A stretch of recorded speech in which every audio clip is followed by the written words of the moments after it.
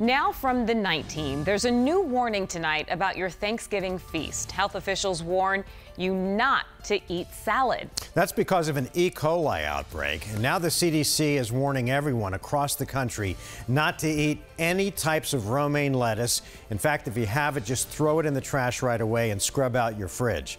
Team 12's Mike Gonzalez joins us live with what we need to know. And Mike, have there been any cases of this in Arizona yet? Well, Mark, the good news here so far, no reports of anyone getting sick here in Arizona, but it has left 32 people in 11 states recovering. All this comes on the heels of another E. coli outbreak earlier this year linked to lettuce grown in Yuma, Arizona.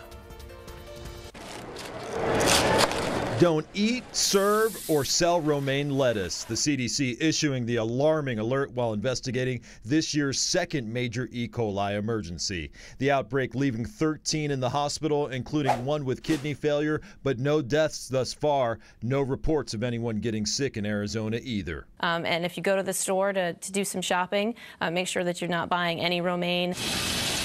The new alert comes after the April outbreak, which killed 5 people and left more than 200 sick. Those cases linked to lettuce from Yuma farms. However, all indications are this latest outbreak stems from California lettuce, since harvesting romaine in Arizona doesn't happen until November, and the current outbreak started in early October.